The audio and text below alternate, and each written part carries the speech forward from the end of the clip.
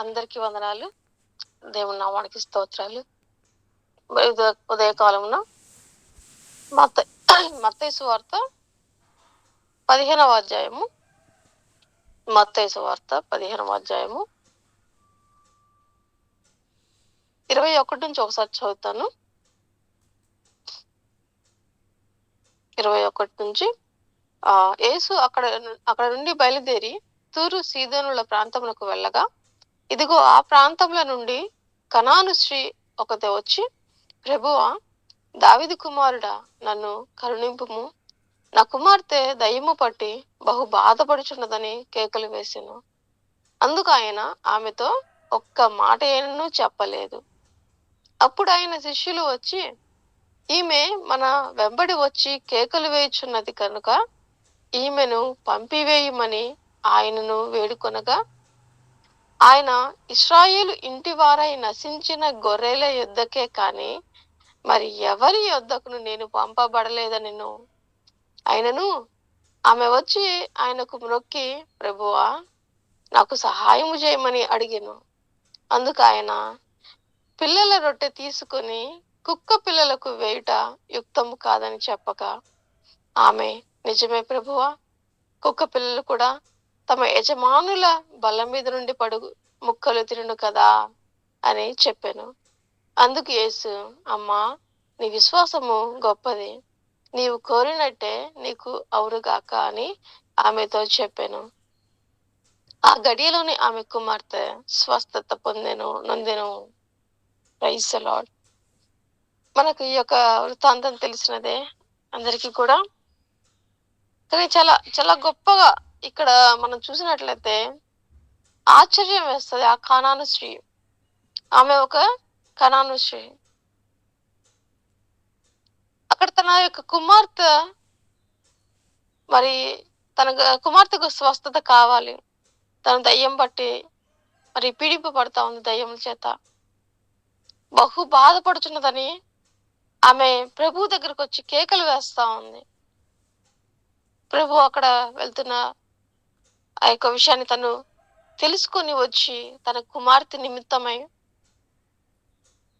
తను వచ్చి ప్రభు దగ్గర కేకలు వేస్తా ఉంది, దావీదు కుమారుడా.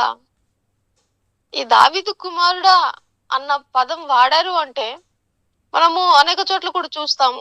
గుడ్డి వాళ్ళు కూడా పిలుస్తూ ఉంటారు, దావీదు కుమారుడా, దావీదు కుమారుడా, నన్ను కరుణించుము. సో ఇక్కడ కూడా తిను కూడా మరి పిలుస్తా ఉంది, దావీదు కుమారుడా, నన్ను కరుణింపుము. దావీదు కుమారుడు అన్న పిలుపు వీళ్ళు పిలిచారు అంటే ఖచ్చితంగా ఆయన మనుష్య కుమారుడని, ఆయనే మెస్సయ్య అన్న విషయాన్ని వీళ్ళు రూఢిపరుచుకొని అదే ఖచ్చితత్వంతో వీళ్ళు, అదే విశ్వాసంతో వీళ్ళు పిలుస్తున్నట్లు మనము ఇక్కడ గ్రహించాల్సి ఉంటుంది. దావీదు కుమారుడు అన్నప్పుడు అదే దానికి కోడ్ వాళ్ళు, ఈయన మెస్సయ్య మన ఎదురు చూస్తున్నటువంటి మెస్సయ్య, ఈయన వచ్చినప్పుడు ఈ సమస్త కార్యాలు జరుగుతాయని వాళ్ళు విన్న విషయాలు. మరి ఈమె కనాను స్త్రీ అయి ఉండి కూడా మెస్సయ్య దగ్గరికి వచ్చి ఆయన కరుణిస్తాడు అన్న విషయాన్ని ఈమె గ్రహించి ఆయన దగ్గరికి వచ్చి అడుగుతా ఉంది, నన్ను కరుణింపుము, దావీదు కుమారుడా, నన్ను కరుణింపుము. ఆమె కేకలు వేస్తా ఉంది, బహు బాధపడుతా ఉంది, నా కుమార్తె అని కేకలు వేస్తా ఉంది. అందుకు ఆయన ఆమెతో ఒక్క మాట అయినను చెప్పలేదు. ఆమె కేకలు వేస్తా ఉంది, కానీ ప్రభువు ఒక్క మాట కూడా చెప్పట్లేదా? బాధ అనిపిస్తుంది కదండి. ఎందుకు ప్రభు నన్ను నా వైపు చూడట్లేదు? ఇక్కడ ప్రభు కావలసికొచ్చుకొని తన వైపు చూడడు, తన బాధను పట్టించుకోడు. అప్పుడు ఆయన శిష్యులు వచ్చి, ఈమె మన వెంబడి వచ్చి కేకలు వేయుచున్నది కనుక ఈమెను పంపివేయమని ఆయనను వేడుకొనగా. అంటే శిష్యులు వచ్చి ఈమె మన వెంబడి వస్తా ఉంది, వచ్చి మరి కేకలు వేస్తా ఉంది, ఈమెను పంపివేయమని చెప్తా ఉన్నారంటే ఆమె కేకలు ఎంతగా వేస్తుందో ఒకసారి మనం ఇమాజిన్ చేసుకోవచ్చు. బహుశా వాళ్ళకి అది ఇబ్బందికరంగా ఉండొచ్చు. అంటే ఆమె కేకలు వేస్తా ఉంది కాబట్టి ఆ కేకలు వినబడతా ఉన్నాయి కాబట్టి వారికి ఇంకేమి వినకపోవచ్చు, లేదా వారికి అది డిస్టర్బెన్స్ గా ఉండొచ్చు, లేదా అది వాళ్ళకి మరి బాధాకరంగా ఉండొచ్చు, లేదా అది వారికి మరి వేదన కలిగి ఉండొచ్చు, వారికి జాలి కలిగి ఉండొచ్చు. అరే లేదంటే ఏంటి ఈ గోల, ఈమెని స్వస్థపరిచి ఈమెను పంపించేస్తే ఈమె పని మరి ఈమె అక్కర తీర్చి పంపిస్తే అయిపోయింది కదా అని కూడా అనుకుని ఉండొచ్చు. మరి శిష్యులు దేవునితో చెప్తా ఉన్నారు, ఈమెను పంపివేయమని ఆయనను వేడుకున్నారు, శిష్యులు వేడుకున్నారు, ఆమె గోల భరించలేక. ఆయన మరి మరి ఆ టైంలో మరి దేవుడు చెప్తా ఉన్నాడు, ఆయన ఇశ్రాయేలు ఇంటి వారై నశించిన గొర్రెల యొద్దకే కానీ మరి ఎవరి యొద్దకు నేను పంపబడలేదు అనెను. ఈ మాట వింటే సగం విశ్వాసం చచ్చిపోవాలి. ఆమె దావీదు కుమారుడు కరుణిస్తాడు అని చెప్పేసి వచ్చి, దావీదు కుమారుడా నన్ను కరుణించము అంటుంది. మెస్సయ్య వచ్చినప్పుడు అందరిని కరుణిస్తాడు అని ఆమె విశ్వాసం పెట్టుకుంది. ఇప్పుడు ఈ మెస్సయ్య ఏమో, ఈ దావీదు కుమారుడేమో ఇశ్రాయేలు ఇంటిలో నశించిన వారి కొరకే అని చెప్తా ఉన్నాడు, కానీ నేను ఇశ్రాయేలీ రాళ్ళు కాను కదా. ఆమె కానాను స్త్రీ. ఈమె సగము, ఆమె విశ్వాసం సగం చచ్చిపోవాలి. అయితే ఇక్కడ చాలా గొప్ప మాటలు ఉన్నాయి. దేవుడు ఇశ్రాయేలు ఇంటి వారై నశించిన గొర్రెల యొద్దకే కానీ మరి ఎవరి యొద్దకు నేను పంపబడలేదు అని. అయినను ఆమె వచ్చి ఆయనకు మొక్కి, ఇదండి ఇక్కడ టర్నింగ్ పాయింట్. దేవుడు నేను ఇశ్రాయేల్ ఇంటి వారై నశించిన గొర్రెల యొద్దకే అని చెప్పినప్పుడు కూడా, స్టేట్మెంట్ ఇచ్చినా కూడా, ఈమె అయినను ఆమె వచ్చి ఆయనకు మొక్కి, దేవుడు ఆ మాట చెప్పినప్పటికీ కూడా లేదు ఈయన స్వస్థపరుస్తాడు అని ఆయనలో ఆ యొక్క గుణాన్ని ఆమె చూసింది. దేవుడు అందరికీ దేవుడే. చూసారు, ఆయన దావీదు కుమారుడు మెస్సయ్య అంటే ఆమె రూఢిగా నమ్మింది. ఈయన స్వస్థపరచు దేవుడు అన్న విషయాన్ని రూఢిగా నమ్మింది ఆమె. ఈయన సహాయం చేస్తాడు, ఈయన ఆ ఒక్క జాతికి మాత్రమే కాదు అందరికి సహాయం చేస్తాడన్న విశ్వాసంతోనే ఆమె అడుగుతా ఉంది అనేది ఇక్కడ మనకు మరి స్పష్టంగా తెలుస్తుంది. అయినను ఆమె వచ్చి, దేవుడు అలా చెప్పినప్పటికి కూడా ఆమె వచ్చి ఆయనకు మ్రొక్కి ప్రభువా నాకు సహాయము చేయమని అడిగాను. నాకు సహాయము చేయమని ఆయన అడుగుతా ఉంది. ఎప్పుడు? ప్రభువు నేను మీకు కాదు కదా, ఓన్లీ ఇశ్రాయేల్కి కదా, ఇశ్రాయేల్లో నశించిన వారికి కదా అని చెప్పినప్పుడు కూడా ఆమె వచ్చి దేవునికి మ్రొక్కి సహాయము అడుగుతా ఉంది. అందుకు ఆయన మరలా అంటాడు, పిల్లల రొట్టె తీసుకొని కుక్క పిల్లలకు వేయుట యుక్తము కాదని చెప్పగా. ఇది చాలా బాధాకరంగా అనిపిస్తుందండి విన్నప్పుడు. పిల్లల రొట్టె తీసుకొని కుక్క పిల్లలకు వేయుట యుక్తము కాదని. ఇక్కడ పిల్లల రొట్టె అంటే ఇశ్రాయేలీల రొట్టె తీసుకొని కుక్క పిల్లలకు వేయుట, కుక్క పిల్లలు అంటే అన్యులు. ఇప్పుడు ఇక్కడ ఈ విషయంలో ఇక్కడ కుక్క అనగానే కనాను స్త్రీని కుక్కతో పోల్చినట్టు మనకి కనిపిస్తా ఉంది. ఈ పైన ఇశ్రాయేలు ఇంటి వరకు కానీ వేరే వారికి కాదని చెప్పినప్పుడే సగం చచ్చిపోవాలి విశ్వాసము. ఇప్పుడు కుక్కతో పోలుస్తా ఉన్నప్పుడు ఇప్పుడు ఎలా ఉంటదండి? అప్పుడు రోషన్ రాకపోవచ్చు, అప్పుడు విశ్వాసం తగ్గకపోవచ్చు ఆమెకి. ఇప్పుడు కుక్కతో పోలుస్తున్నప్పటికీ ఆమెకి ఎలా ఉండాలి? బహుశా నేనైతే కొంచెం నొచ్చుకుంటానేమో, ఏంటి ఖచ్చితంగా నొచ్చుకుంటాను. నన్ను కుక్క అని పిలిస్తే బహుశా ఆ ప్లేస్ లో దేవుడు ఉన్నప్పటికీ కుక్క అని పిలిస్తే ఏంటి దేవుడు నన్ను కుక్క అని పిలుస్తున్నాడేంటి అని నొచ్చుకుంటాను. అనేక మంది కూడా మన ప్రార్థనలు చేస్తూ ఉంటాం కదా, నేను పంది వంటి దానను అంటే మనం తగ్గించుకోవడానికి. గాడిద, నువ్వు ఎక్కువ వచ్చిన గాడిదనయ్యా నేను. మనకు ఒక కొన్నిసార్లు నేను వింటా వచ్చాను ఒక మాటను. బహుశా మరి మన హెబ్రోన్ బ్రదర్స్‌లోనే అనుకుంటాను. ఒకామె ప్రార్థన చేస్తా ఉంటే, నేను పంది లాంటిదాన్ని అంటే, బ్రదర్ ఆమెని పంది అని పిలిస్తే ఆమె ఒప్పుకోలేదట. నిజమే. ఏదో నోటి మాటలతో చాలా ఈజీ ఒప్పుకోవడం. నేను పంది లాంటి దాన్నను. నేను నువ్వు ఎక్కువొచ్చిన గాడిద లాంటి దాన్నయ్యా అని. దేవుడు ఇక్కడ ఆమెను కుక్కతో పోలుస్తా ఉన్నాడు. ఆమె కుక్క పిల్లలతో పోలుస్తా ఉన్నాడు. ఈ మాట చెప్తా ఉన్నప్పుడు నాకొక విషయం గుర్తుకొస్తా ఉంది. దీవెనయ్య పాస్టర్ గారి వాళ్ళ ఒక పాట ఉంది. నా ప్రియుడా యేసునాథ అని. బహుశా మరి ఎంతమందికి తెలుసో తెలీదు. నా ప్రియుడా యేసునాథ నీకే స్తోత్రములు అనే పాటలో ఒక వచనం వస్తది. అక్కడ ప్రధాన పాపిని పశుప్రాయుడను పంది వలె పొర్లాను కుక్క వలె తిరిగాను అని ఒక లైన్ ఉంటది. అది నేను పాడుతా ఉన్నప్పుడు ఒక పాస్టర్ గారి భార్య ఆమె ఆ వచనాన్ని, ఆ యొక్క లైన్ ని మనం మార్చి పాడదామమ్మా అనింది. ప్రధాన పాపిని పశుప్రాయుడను పంది వలె పొర్లాను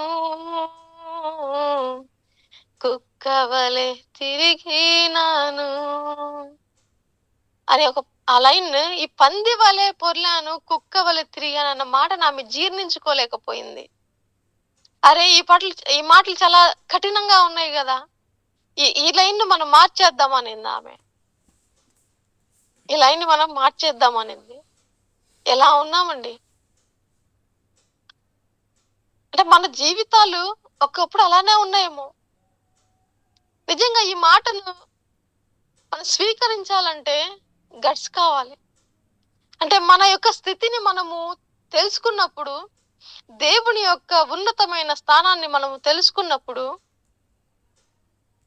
దీన్ని మనం స్వీకరించగలం. మనము పెంట కుప్ప మీద నుంచి ఉన్నప్పుడు ఆయన మనల్ని అక్కడి నుంచి తీసి, దావీదు మహారాజా మాట అంటాడు.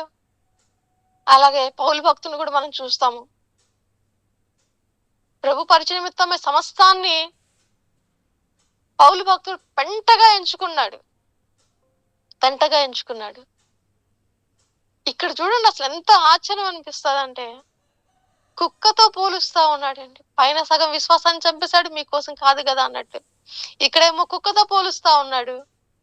కానీ అయినా ఆమె చూడండి, ఆమె నిజమే ప్రభువా, కుక్క పిల్లలు కూడా తమ యజమానుల బల్ల మీద నుండి పడు ముక్కలు తినును కదా. ఇంత గొప్పగా మాట్లాడింది.